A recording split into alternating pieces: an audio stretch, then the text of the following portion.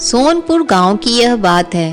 पहले इस गांव का नाम दरियापुर था और यहाँ रहने वाले लोग बहुत ही गरीब थे और इस गांव में पानी की भी बहुत तकलीफ थी। इसलिए गांव वालों ने एक कुआं बनवाने का फैसला किया ताकि गांव में पानी की समस्या ना रहे। लेकिन जब कुआं बनकर तैयार हो गया तब उसमें से पानी की बजाय सोने के सिक्के निकलने लगे और गांव में किसी को भी यह पता नहीं था कि उस कुएं में से पानी की बजाय सिक्के कैसे निकल रहे हैं। और गांव में इतना सोना बढ़ गया कि इस गांव का नाम दरियापुर से बदलकर सोनपुर रख दिया। इसी गांव में चिंटू नाम का एक लड़का रहता था। उसे कहानियां सुनने का बहुत शौक था, इसलिए वह गांव रहने वाले बूढ़े दादा दादी के पास जाता और उनसे अलग अलग कहानियां सुनता। एक दिन चिंटू गांव के सबसे बुजुर्ग व्यक्ति सखाराम जी के पास गया और बोला, दादाजी कैसे हैं आप? आपको कहीं जाना है तो मैं आपको छोड़ देता हूँ। नहीं बेटा, मुझे कहीं नहीं जाना। तू बता, कई दिनों से मेरे पास आया ही नहीं। सखा दादा को भूल गया है क्या? अरे नहीं दादाजी, आपको भला मैं कैसे भूल सकता हूँ। वो तो थोड़े दिन से स्कूल का होमवर्क थोड़ा ज्यादा था, इसलिए मिलने नहीं आ पाया।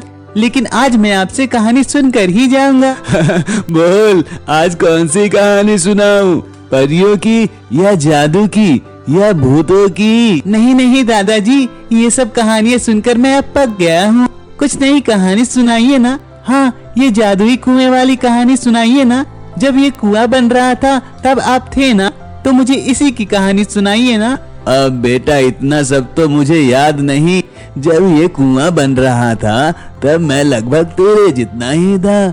गांव में पानी की बड़ी समस्या थी, इसलिए गांव वालों ने और सरपंच जी ने मिलकर यह कुआं खुदवाने का निर्णय लिया था। काफी सारे मजदूर जुट गए थे इस कुएं को बनाने के लिए। और जब ये कुआं बनकर तैयार हुआ और गांव की महिलाओं ने जब इसमें से पानी निकालना शुरू किया तब उस कुएं से पानी नहीं बल्कि एक आवाज आने लगी। तुम एक सिक्का मांगोगे तो एक सिक्का मिलेगा। तुम 100 सिक्के मांगोगे तो 100 सिक्के मिलेंगे। लेकिन अगर तुम्हारी नीयत और वजह सही हुई तो ही। सभी लोग कुएं में से ऐसी आवाज सुनकर डर गए। तब एक व्यक्ति ने कुएं की बात को परखने के लिए उससे 5 सिक्के मांगे। तब कुएं ने उससे पूछा कि तुम्हें सिक्के तभी मिलेंगे जब तुम कोई 3 नेक काम करोगे और तुम्हारी नीयत सच्ची होगी। उस आदमी को अपनी बीबी की दवाइयों के लिए पैसे चाहिए थे। उसने 3 नेक काम किए और कुएं ने उसे 5 सोने के सिक्के दे दिए। बस तभी से ये जादुई कुआं इस गांव में सबकी जरूरत पड़ने पर सोने के सिक्के देता था। और उस वक्त हमारा गांव बहुत गरीब था, लेकिन आज हमारे गांव में इतना सोना है कि हमारे गांव का नाम बदलकर सोनपुर रख दिया है। लेकिन आज तक किसी को नहीं पता कि कुएं में ये जादू हुआ कैसे। चिंटू ये कहानी को सुनकर खुश हो गया, लेकिन वो भी सोच में पड़ गया कि ये जादुई कुएं में सिक्के कैसे आते हैं और इसमें पानी क्यों नहीं आता है।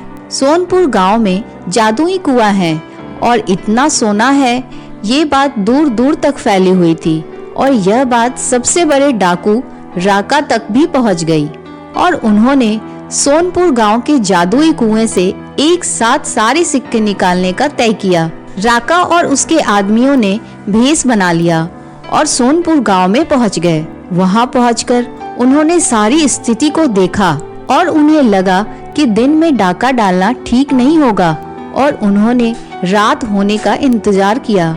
जैसे ही रात हुई, राका और उसके आदमी कुएं के निचले हिस्से की जमीन खोदने लगे और इस बात का पूरा ध्यान रखा कि कम से कम आवाज हो। कुछ ही समय में राका और उसके आदमी कुएं के नीचे तक पहुंच गए और उनकी आंखें खुली की खुली रह गई। उन्होंने देखा कि वहां सोने का सिक्का तो क्या, सोने का कोई नामो निशान नहीं था। राका और उसके साथी आसपास देखने लगे, लेकिन एक भी सोने का सिक्का उन्हें नहीं मिला। तभी एक पुरुष और छोटा बच्चा वहां पर आए और राका और उसके आदमियों को वहां से चले जाने को कहा। राका ने उन दोनों को पकड़ने के लिए हाथ आगे बढ़ाया, लेकिन वो उन दोनों को पकड़ ही नहीं पाया। और दूसरी ओर एक गांव वाले की नजर कुएं की आसपास की जमीन पर पड़ती है जो खुदी हुई थी। वह सारे गांव वाले को इकट्ठा करता है। सारे गांव वाले कुएं के नीचे पहुंच जाते हैं और सब लोग यह देखकर चौंक जाते हैं कि यहाँ तो कोई सोने के सिक्के ही नहीं है।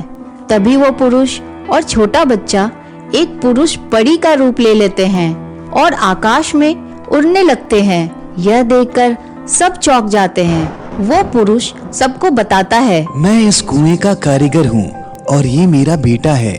जब इस कुएं की खुदाई हो रही थी तब मेरा बच्चा एक छोटे सिक्के से खेलते खेलते इस कुएं में गिर गया था और मैं उसे बचाने के लिए कूदा। हम दोनों अंदर फंस गए थे और कुआं इतना गहरा था कि हमारी आवाज भी किसी को सुनाई नहीं दी और हम दोनों इसी कुएं के नीचे दब गए। लेकिन पता नहीं हमने कौन सा नेक काम किया था कि हम दोनों पुरुष परी बन गए और हमारे पास जादुई शक्तियां आ गई। तब हमने सोचा कि क्यों ना इन शक्तियों का उपयोग अच्छे काम के लिए किया जाए।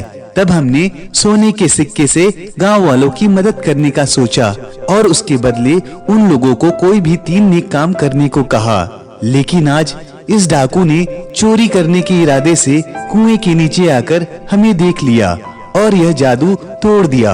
अब हम लोग आसमान में अपने लोग जा रहे हैं, लेकिन हमारा आशीर्वाद इस गांव पर हमेशा बना रहेगा और इस गांव में पानी की या पैसों की कभी भी कोई भी कमी नहीं होगी। इतना कहकर दोनों गायब हो जाते हैं।